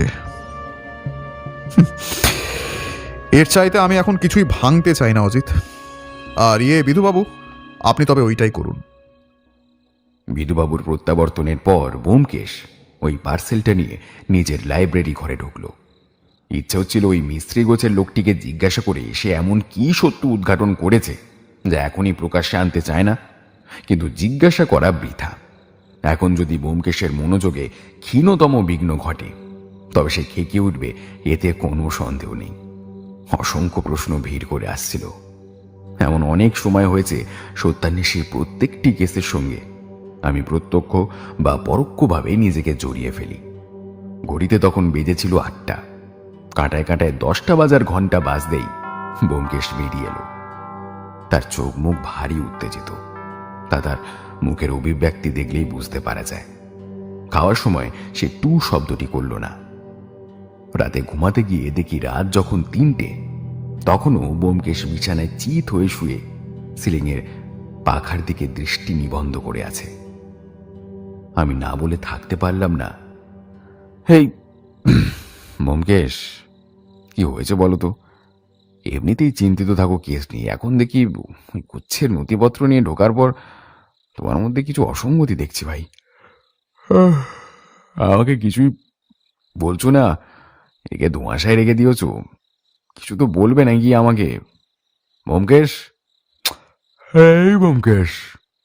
আমার কপাল নিয়ে আজ ভালোই ছিল।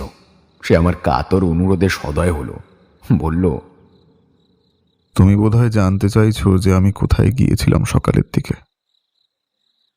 ঘটনাস্থলে অজিত, ঘটনাস্থলে, যেইখানে হত্যাকাণ্ডটা সংঘটিত হয়। দেখো অজিত, আমি বিধুবাবুকে শ্রদ্ধা করি ঠিকই, কিন্তু ওনার কিছু কিছু ভুল ভ্রান্তিদায়ক কাজের ফলে আমার এই কেসের প্রতি একাত্ম হওয়ার খুবই অসুবিধা হচ্ছিল। শোনো, জায়গাটা কলকাতার উপকণ্ঠে।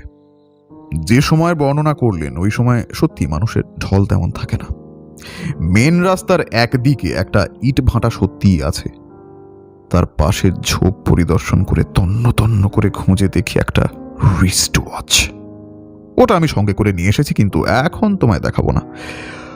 ওই ঘড়ির পুরোটাই সোনায় মোড়া, দামি বিদেশি ব্র্যান্ডের। ওই জিনিস ভারতে কোথাও পাওয়া যায় না।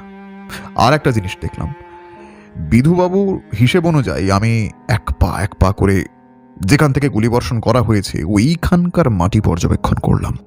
যেই দিনের ঘটনা তার আগের দিন ঈষৎ বৃষ্টিপাত হয়েছে বলে ওইখানকার শুকনো খটখটে মাটিতে এখনো পর্যন্ত পায়ের ছাপটা বিদ্যমান। ওই হাওয়াই চপ্পলের ছাপ, বুঝলে, দেখে মনে হলো ওইখান থেকে দাগটা পিছন দিকে কিছুটা গিয়ে মিলিয়ে গিয়েছে।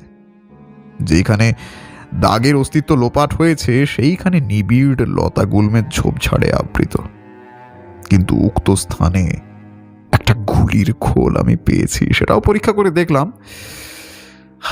এইখানকার জিনিস নয় অজিত, এখানকার জিনিস নয়। আমার মতো করে যদি বিধুবাবু একটু ভালো করে জায়গাটা পরীক্ষা করতেন, আমার আগেই এগুলো ওনার নজরে পড়তো। তবে তুমি বলছো যে ওই বন্দুকটি ওই আগন্তুকেরই? বাবা, এখনো সন্দেহ পুষে রেখেছো মনে? এই জিনিস এখানে কোথাও পাওয়া যাবে না অজিত, এটা লন্ডনের জিনিস। তবে মজার বিষয় কি জানো অজিত, এই আততাই যেহেতু প্রথম গুলিবর্ষণ করেছিল তাই সে বার কয়েক লক্ষ্যভ্রষ্ট হয়েছিল। আমি বিস্মিত হয়ে বিছানা ছেড়ে উঠে গিয়ে বললাম, হেই, এটা তুমি কি বলছো? সত্যি বুঝি? তুমি এটা ধরলে কি করে? খুবই সহজ ভায়া অজিত। আশপাশ বেশ ভালো করে লক্ষ্য করলাম। ঝোপের সামনেই হাত কয়েক দূরে যে কটা গাছ সারিবদ্ধভাবে পাশাপাশি দাঁড়িয়ে আছে তাদের দেহে গোলাকার ছিদ্র তৈরি হয়েছে।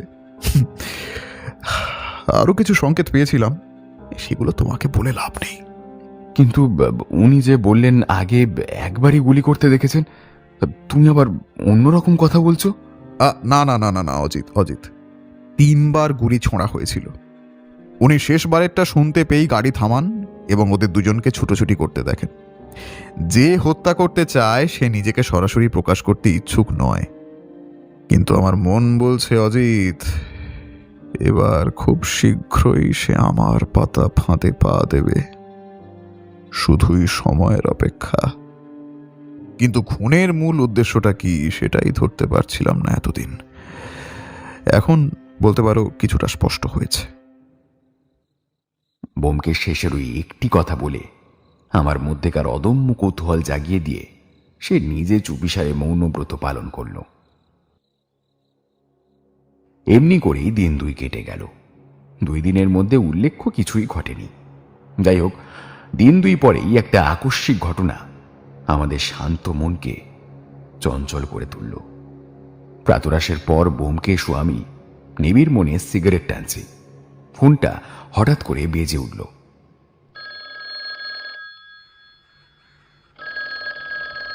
শুনতে পাওয়া গেল ইন্সপেক্টর বিধুবাবুর গলা। ওইটা শুনে আমার টনক নড়ল। বিধুবাবু বললেন, ব্যোমকেশ বাবু, আপনি যেমনটা বলেছিলেন সেই অনুযায়ী কাজ হয়েছে, কিন্তু 2 জন এসেছিল আগন্তুকের লাশের সন্ধানে। একজন স্ত্রীলোক এবং অপরজন এক বৃদ্ধ ব্যক্তি। স্ত্রীলোকটি ওই মৃত ব্যক্তিকে নিজের সহধর্মী এবং বৃদ্ধটি ওই আগন্তুককে নিজের ছেলে বলে দাবি করে। কিছু সঠিক প্রমাণপত্র দিয়েছে? ওই ডাক্তারের একাংশ যারা ওই 2 জনের মুখোমুখি হয়েছিল, তারা যখন পুলিশের নির্দেশ মতোই ওদের কাছে পরিচয়পত্র চায়, তখন কয়েকটা ওই ঘটনার মৌখিক বিবৃতি ছাড়া আর কিছুই দিতে অপারগ থাকে। এই ঘটনার পরপর ডক্টর অশোক মিত্তির আমাকে জানায়, আমি ওইখানে গিয়ে ওদের সন্দেহের তালিকায় ফেলে নিজের হেফাজতে রেখেছি। আচ্ছা, এনারা বাদে আর কেউ এসেছিল? না না, গোটা দিন আমাদের গুপ্তচর ওই হাসপাতালে ছদ্মবেশ ধারণ করে আছে, কিন্তু ওই 2 জন ছাড়া আর কেউ উক্ত ব্যক্তির সম্পর্কে খোঁজ নিতে পর্যন্ত আসেনি। এবার কি করণীয়? বলছি, আচ্ছা আপনি বলুন, ওনাদের 2 জনের নাম জানা গেছে? জেরা চলছে। আপনি কি আসবেন ওদের কাছে কিছু জিজ্ঞাসা করার জন্য? সেই ভালো, আমি আসছি একটু পরেই। ওদের থেকে আসল সত্যটা উদ্ঘাটন করাটা বেশ জরুরি। আচ্ছা রাখছি, আমি একটু পরেই আমি আসছি। ব্যোমকেশ ফোনটা রেখে আমার দিকে ফিরতেই আমি অশান্ত কণ্ঠে তাকে শুধালাম, এই বেশ কোনো সূত্র পেলে? ব্যোমকেশ সংক্ষেপে আমাকে যতটা সম্ভব বিবৃত করল এবং শেষে শ্লেষের হাসি এসে বলল, জোচ্চোর কত ধরনেরই না হয় অজিত, এইবার আসল নাটক মঞ্চস্থ হবে। শুধুমাত্র থানায় ঢু মারার প্রতীক্ষা। বড্ড হেয়ালি করো তুমি ব্যোমকেশ আজকাল। আচ্ছা একটা কথা বলো তো, যারা ওইখানে আগন্তুকের দেহ সৎকারের জন্য নিজেকে তার পরম আত্মীয় বলে দাবি করছে, তাদের তুমি এমন সন্দেহের দৃষ্টিতে কেন দেখছো? আর তার থেকে বড় কথা, বিধুবাবুই বা কেন ওদের থানায় রেখেছেন বিনা ওয়ারেন্টে? তুমি বলো, রাগ হওয়া কি ওদের মধ্যে স্বাভাবিক নয়? বড্ড গোলমেলে ঠেকছে ব্যাপারটা, যাই তাই বলো তুমি। জামাটা গলিয়ে নিয়ে আয়নায় নিজের মুখ দেখে চুল আঁচড়াতে আঁচড়াতে ব্যোমকেশ বলল, না না না, তুমি যা ভাবছো তা নয় অজিত। আমি অনুসন্ধান মারফত যা জেনেছি সেটাই এইটুকুই প্রমাণিত হয় যে ওরা জোচ্চোর, লাশ চুরির মতন অপরাধ করতে পারে। তার নির্দিষ্ট একটা কারণ আছে, যেটা উপসংহারে জুড়ে দিলেই হবে। চলো চলো চলো, আমার সঙ্গে চলো দেখি, এখন চলো, ওঠো। ব্যোমকেশের কথা শেষ হতেই আমিও প্রস্তুত হয়ে বাইরে বেরিয়ে একটা ভাড়ার গাড়িতে চড়ে বসলাম। বন্ধুবর হুকুম করলো থানার দিকে।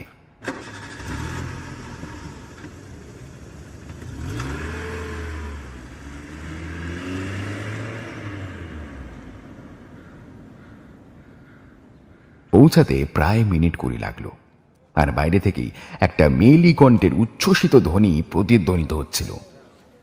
ওই কণ্ঠের মধ্যে এক প্রকারের রাগ ও ঈর্ষা মেশানো ছিল। উত্তেজনায় তখন আমার সমগ্র শরীর কাঁপছে। ধমনীর মধ্যেকার প্রবাহিত রক্ত যেন রীতিমতো শুকিয়ে যাচ্ছিল। সন্ত্রস্ত পায়ে ঢুকতেই সরাসরি বিধুবাবুর সঙ্গে দেখা হলো। ব্যোমকেশ উত্তেজিত কণ্ঠে বলল, ব্যাপার কি বিধুবাবু? বিধুবাবু ব্যোমকেশের প্রশ্ন কর্ণপাত না করেই বলল, আসুন, আমার সঙ্গে আসুন। আমরা দুজনেই তাকে অনুসরণ করলাম। দেখি একটি ঘরের মধ্যে কয়েকটি আসন পাতা। এই ঘরের সঙ্গে আমরা আগেও পরিচিত। মূলত এই ঘরে আসামি থেকে শুরু করে সন্ধ্যের তালিকাভুক্তদের জেরা করা হয়। পর্দা সরাতেই দুজনকে দেখলাম। একজন ভদ্রবেশী গোছের বছর 24-এর স্ত্রীলোক, যার পরনের বেশভূষা নিতান্ত আটপৌড়ে।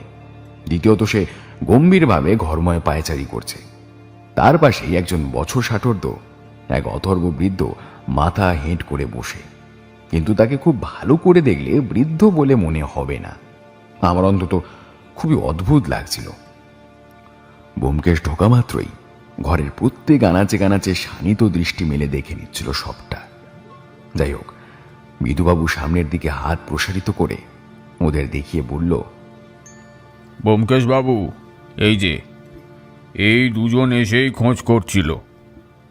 ব্যোমকেশ, আমি ও বিধুবাবু সামনের আসনে উপবিষ্ট হলাম। বিধুবাবু গলা খাকারি দিয়ে বললেন, দেখুন, যা সত্যি জানেন তা বলুন। ইনি কিন্তু প্রকৃত সত্য উদ্ঘাটন করতে পেরে আপনাদের দোষী সাব্যস্ত করতে পারলে তখন কিন্তু আর পরিত্রাণের কোনো পথ থাকবে না। দেখলাম ওই মহিলা একবার বিদ্বেষপূর্ণ চাহনি নিক্ষেপ করলো আমাদের দিকে। তারপর গলার পারদ কয়েক গুণ উঁচিয়ে বলল, আমাকে আপনারা বিনা দোষে এখানে আটক করে রেখেছেন, কিন্তু দেশে এখনো আইন আছে। আপনারা আপনারা কেউ পরিত্রাণ পাবেন না। আমি আমি ওইখানে আমার স্বামীর খোঁজ করতে গেছিলাম। সে এখন প্রতারক। আমার জীবনের সম্পূর্ণ ধূলিসাৎ করে দিয়েছে ও। ওই শয়তানের মৃত্যুতে আমি যথেষ্ট খুশি। আমি আমি ওর দেহটা নিতে চেয়েছিলাম সৎকারের উদ্দেশ্যে। ব্যোমকেশের কপালে ভাঁজ পড়ল, কিন্তু সেই সাথে সে গলায় গাম্ভীর্য ফুটিয়ে বলতেও লাগলো। ব্যোমকেশের জেরার ধরন সম্পর্কে আমার বিশদে জানা। সে যখন কাউকে ক্রস এক্সামিন করে তখন আসামির পেট থেকে আসলেই সত্যটা বেরিয়েই আসে।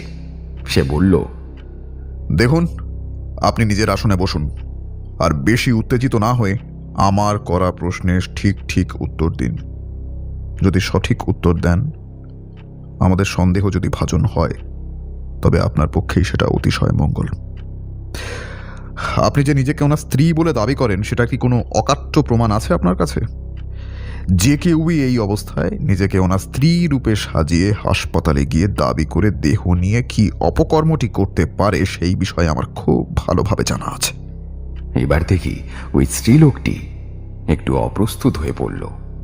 দৃষ্টি নিচের দিকে রেখে অত্যন্ত ক্ষীণ স্বরে আমতা আমতা করে বলল, আমি আমি মিথ্যা মিথ্যা বলবো কেন? যা যা সত্যি সেটাই তো বলেছি। পুলিশের লোক খামোখা আমাকে আটক করে রেখেছে। খামোখা কেন? নিশ্চয়ই আপনার মধ্যে অসৎ উদ্দেশ্য দেখেই প্রশাসন এই ব্যবস্থাটি গ্রহণ করেছেন। বেআইনি কিছু দেখলে এরূপ ব্যবস্থা গ্রহণ করার অঢেল অনুমতি আছে। এরপর ব্যোমকেশ সুদক্ষতার সাথে সাথেই নানাবিধ প্রশ্ন করল, কিন্তু স্ত্রীলোক ও পাশে উপবিষ্ট বৃদ্ধের দিক হতে সন্তোষজনক উত্তর প্রাপ্ত না হওয়ায় ওই দিনের মতোই স্থগিত হলো জেরার কার্যক্রম। ওদের ছেড়ে দেওয়া হলেও ওদের অজান্তেই পুলিশি নজর রাখা হলো। বিষয়টি নিয়ে আমার নিজের মনের মধ্যে বেশ তালগুল পাকিয়ে যাচ্ছিল। ব্যোমকেশ সারাদিন ঘরময় পায়চারি করে এবং মাঝে মধ্যেই না জানিয়ে কোথায় যে বেরিয়ে যায়, সেই হদিশ পাওয়া ভারী মুশকিল।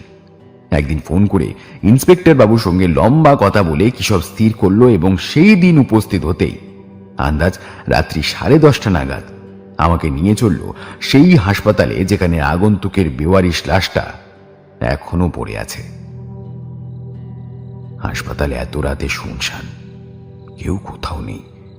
এরকম অবস্থায় চুপিসারে আমরা মর্গের বাইরে এসে বসে রইলাম। ব্যোমকেশ দেখি আজকে তার পিস্তলটা নিয়ে এসেছে। বিধুবাবু অন্যান্য পুলিশ বাহিনী অন্যত্র নিঃসারে পাহারা দিচ্ছে। আমি গলাটা খাদে নামিয়ে প্রশ্ন করলাম, ব্যোমকেশ, আরে আরে এই ব্যোমকেশ, এসবের মানে কি? কি অপরাধী সেটা জানতে এই মাঝরাতে হাসপাতালে লুকিয়ে থাকার কোনো মানে হয়? তুমি তুমি কি জানো কি আসামি? ব্যোমকেশ নির্বিকার ও নির্বাক। তার স্থির দৃষ্টি অন্ধকার করিডোরের ওপর নিবদ্ধ। যেখানে শুধু টিম টিম করে একরত্তি একটা হলদেটে বাল্ব জ্বলছে।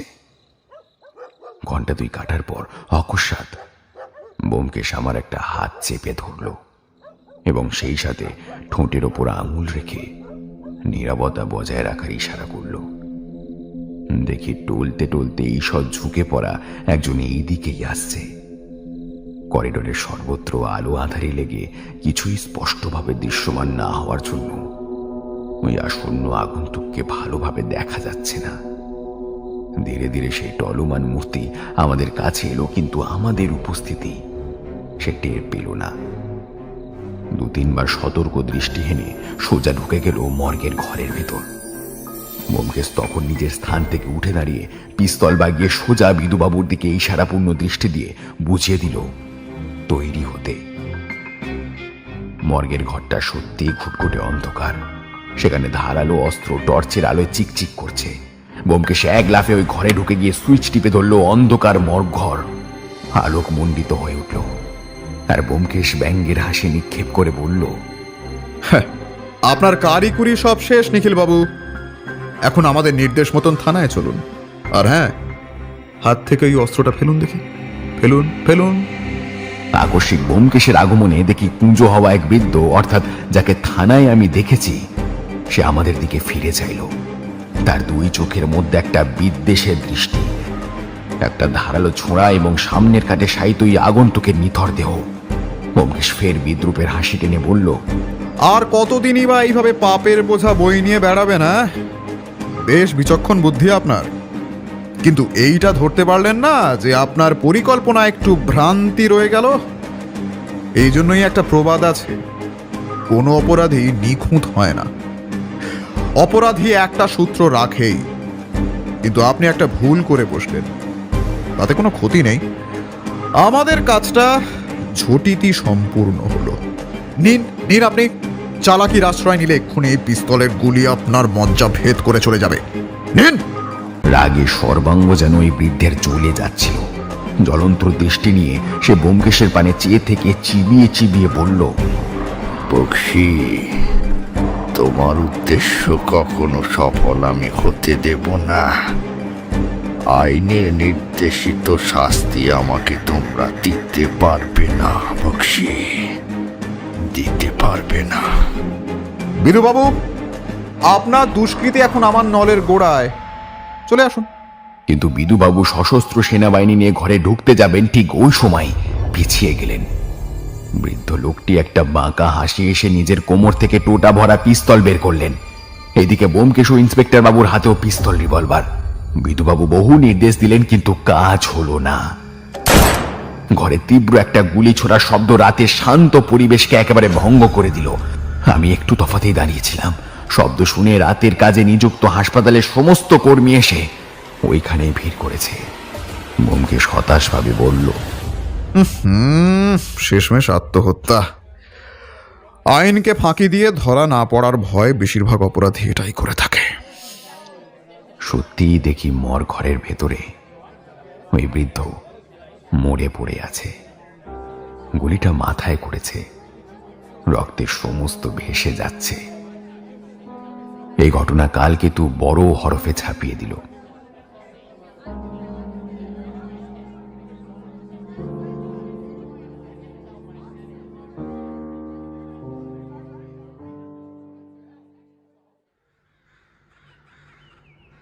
সকালের দিকে আমরা 2 বন্ধু মিলে পেয়ালা ভর্তি চায়ে চুমুক দিচ্ছি। এমন সময় আমার মনের ভেতরে কয়েকটা প্রশ্ন জেগে উঠেছিল।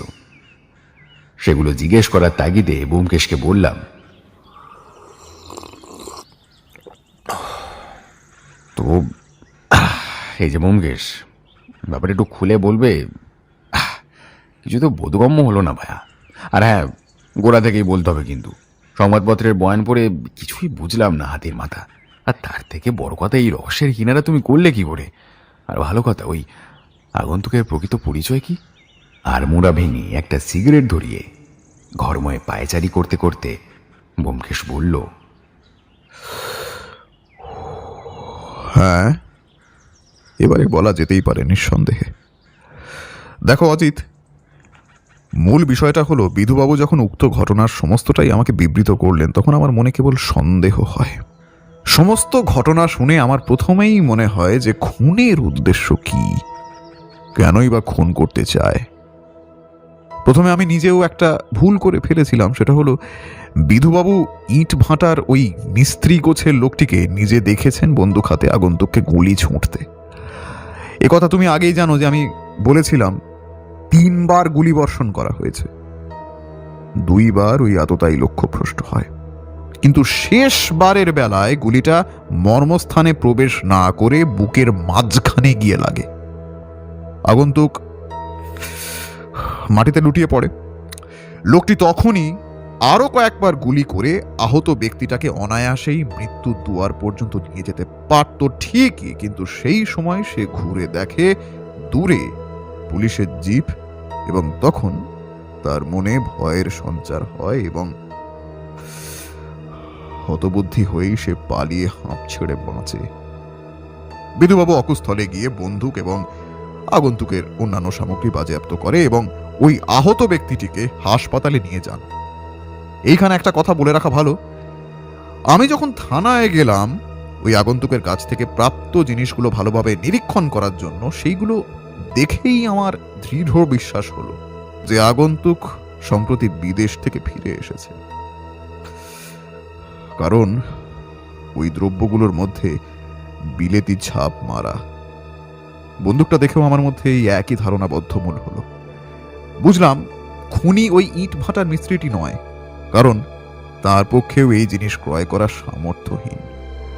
ওই বন্দুকে ওই আততায়ীর আঙুলের ছাপ পাওয়া গিয়েছিল, সেইটার মাধ্যমে তাকে খুঁজে হাজতে আটক করে বহু জেরার পর জানতে পারলাম যে সম্প্রতি তার অর্থের মন্দা চলছিল, তাই সে একজনের নির্দেশে এই কাজটা করতে বাধ্য হয়েছে। একজন নিরীহ ব্যক্তিকে গুলি করার অপরাধে পেনাল কোর্ট তার 14 বছরের সশ্রম কারাদণ্ড ঘোষণা করল। এদিকে ওই ব্যক্তিটিকে হাসপাতালে যখন ভর্তি করা হলো তখন দ্বারে প্রহরী নিযুক্ত করলেন বিধুবাবু, এমনকি ডাক্তাররা আশ্বাস পর্যন্ত দিয়েছিলেন যে সপ্তাহ 2 কাটার পরপরই আগন্তুক সুস্থ হবে। কিন্তু ওই রাতেই ওই হতভাগ্য ব্যক্তি প্রাণ হারালেন। ময়নাতদন্তে প্রমাণিত হলো যে বিষক্রিয়ায় মৃত্যু। সন্দেহের তালিকায় অভিযুক্ত হলেন যে কর্মী ওই আগন্তুকের দেখাশোনায় নিযুক্ত ছিলেন। পুলিশের জেরার চাপে সে স্বীকার করলো যে কেউ তাকেও মোটা অঙ্কের টাকা দিয়ে এই কাজে বহাল করেছিল। বুঝতেই পারছো অজিত, যে প্রহরীর চোখ এড়িয়ে সাধারণের পক্ষে যে কাজটা করা দুরূহ, সেটা ওই আগন্তুকের সেবা যত্নে নিযুক্ত ব্যক্তির পক্ষে কতটা সুবিধাজনক। ডাক্তারের প্রেসক্রিপশন দেখে এটা বুঝেছিলাম যে ওরা ওই আগন্তুকের নিদ্রার ত্রুটি যাতে না হয় তার জন্য প্রত্যেকবার ক্লোরোফর্ম দিত। সেই সাথেই প্রহরীর চোখ এড়িয়ে একদিন ওই হাসপাতালের কর্মীটি তাকে মারল বিষ প্রয়োগ করে। ফলে ওই বিষের প্রভাবে সত্যি সত্যি আগন্তুকের মৃত্যু হয়। ব্যোমকেশের কথা শুনে আমি বিরক্ত হয়ে বললাম, আরে কি তখন থেকে আগন্তুক আগন্তুক বলে অভিহিত করছো? ব্যক্তিটির নাম কি সেটা তো বলবে নাকি? পরিচয় পর্ব শোনাচ্ছি, কিন্তু বাকি কিস্তিটা শেষ করতে দাও তো আগে। মৃত্যু হলে সঙ্গোপনে থাকা ওই ব্যক্তিটির উদ্দেশ্য সফল হলো। আমার মনে তখন প্রশ্নটা ঘুরছিল যে আগন্তুকের মৃত্যু হলে কার বেশি সুবিধা এবং প্রকৃত উদ্দেশ্য কি। সেই উদ্দেশ্য ধরেও ফেললাম। আমি উৎকণ্ঠা নিয়ে প্রশ্ন করলাম, এই কি করে বুঝলে? খুব সহজেই। আমি যখন বিধুবাবুর কথায় ওইখানে লাশ দেখতে গেলাম তখন মৃত ব্যক্তির মুখের চাদর সরিয়ে নিরীক্ষণ করতে করতে কণ্ঠনালীর অংশটা একটু ফোলা ফোলা বলে মনে হচ্ছিল। সেইখান থেকেই আমার সন্দেহ দানা বাঁধল মনে। ওইখানে যে একটা মূল্যবান রত্ন উনি সুকৌশলে লুকিয়ে রেখেছিলেন সেটা অনায়াসেই ধরতে পারলাম। আমি আবার আটকে উঠলাম। বিস্ফারিত চোখে ব্যোমকেশের দিকে তাকিয়ে ঢোক গিলে বললাম, বলছো কি ওই কণ্ঠনালী মানে এই গলার ভেতর রত্ন, মানে এরা সম্ভব? ব্যোমকেশ আমার কথায় কোনো কর্ণপাত করল না। সে নিজের কথার ধারাবাহিকতা বজায় রেখে বলল, এইখান থেকেই আমার মনে ধারণা হয় যে এবার ওই সঙ্গোপনে থাকা ব্যক্তিটি যেন তেন প্রকারেণ লাশ নেওয়ার ধান্দা করবেই। সুতরাং আমি সতর্ক হলাম এবং দেখলেই তো বিধুবাবুকে কেমন করে বললাম, সমস্ত দিক বিবেচনা করে ফাঁদ পেতেছিলাম আমি। যে বৃদ্ধ ব্যক্তিটিকে তুমি স্ত্রীলোকের সঙ্গে দেখেছিলে ওই হচ্ছে আসল আসামি, বুঝলে? সে প্রথমে আগন্তুকের দেহ নেওয়ার জন্য বাজারের এক স্ত্রীলোককে তার সহধর্মিণী সাজিয়ে চেষ্টা করলো, কিন্তু যখন তার চেষ্টা নিষ্ফল হলো তখন সে নিজেই নিশুতি রাতের আধারে গোপনে ওই রত্ন নেওয়ার ছক কষেছিল। আর আমার পাতা ফাঁদে ধরা পড়ল। কিন্তু আক্ষেপ এই যে তাকে আইনের আওতায় আনা সম্ভব হলো না। তার আগেই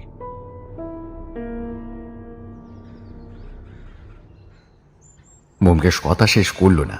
আমি সেই সুযোগে প্রশ্ন করলাম, আচ্ছা ওই আগন্তুকটিকে? আর একটা চুরুট ধরিয়ে ব্যোমকেশ বলল, আমি যখন বিধুবাবুর নির্দেশিত অকুস্থলে সরজমিন করতে যাই তখন আমি ওই আশেপাশের এলাকা থেকে খোঁজ নিই। জায়গাটা এমনিতে লোকবসতিবিহীন। ওই এলাকায় এক ধনী ব্যবসাদারের ছেলে ওই আগন্তুক, নাম রমণীকান্ত মজুমদার। ওরা দুই ভাই ছিল, ছোটটির নাম ছিল নিখিল মজুমদার। কিন্তু বড় ছেলেটি নিজে বিদেশে পড়াশুনো করে ওইখানকার মেয়ের সাথেই বৈবাহিক সম্পর্কে আবদ্ধ হয়ে দেশ থেকে চলে গেছিল এবং ওইখানেই ছিল বছর 8 কিন্তু পিতার মৃত্যু সংবাদ শুনে তাকে ফিরে আসতে হয়। আমি ওইখানে গিয়ে ওদের উকিলের সঙ্গে কথা বলেছি। রমণীবাবুর পিতা রাধাকান্ত বাবু বড় ছেলেকেই উইল করে সমস্ত সম্পত্তি দিয়ে স্বর্গারোহণ করেছেন। ছোট ছেলেটির সংস্কারহীনতার জন্য সে পৈতৃক সম্পত্তি থেকে বঞ্চিত হয়। ওয়ারিশ রূপে রমণীকান্ত দেশে ফিরল। ছোট ছেলে নিখিল প্রতিহিংসা সাধনের জন্য দাদার মৃত্যু নিশ্চিত করার সম্পূর্ণ ব্যবস্থা গ্রহণ করতে লাগলো তৎপর হাতে। সব শুনে প্রশ্ন করলাম, আচ্ছা ব্যোমকেশ, সে তো সব বুঝলাম, কিন্তু রমণীকান্ত যে গলায় রত্ন লুকিয়ে রেখেছে সেটা তার ভাই নিখিল কি করে জানলো? সেটাও জানতে পেরেছে রমণীকান্ত বাবুর স্ত্রী একটা পত্র বিলেত থেকে পাঠিয়েছিল। সেইখানে একটা ছোট্ট অংশে ওইটা উল্লেখ ছিল, বুঝলে? ওই রত্নটির মূল্য কয়েক লক্ষ টাকা অজিত। রাধাকান্ত বাবুর দুই ছেলেই বেশ শিক্ষিত। পৈতৃক সম্পত্তি ওই মহামূল্যবান রত্নের লোভের বশবর্তী হয়েই নিখিলবাবু এমন জঘন্য অপরাধ করেছেন, বুঝলে অজিত? অর্থই অনর্থের মূল।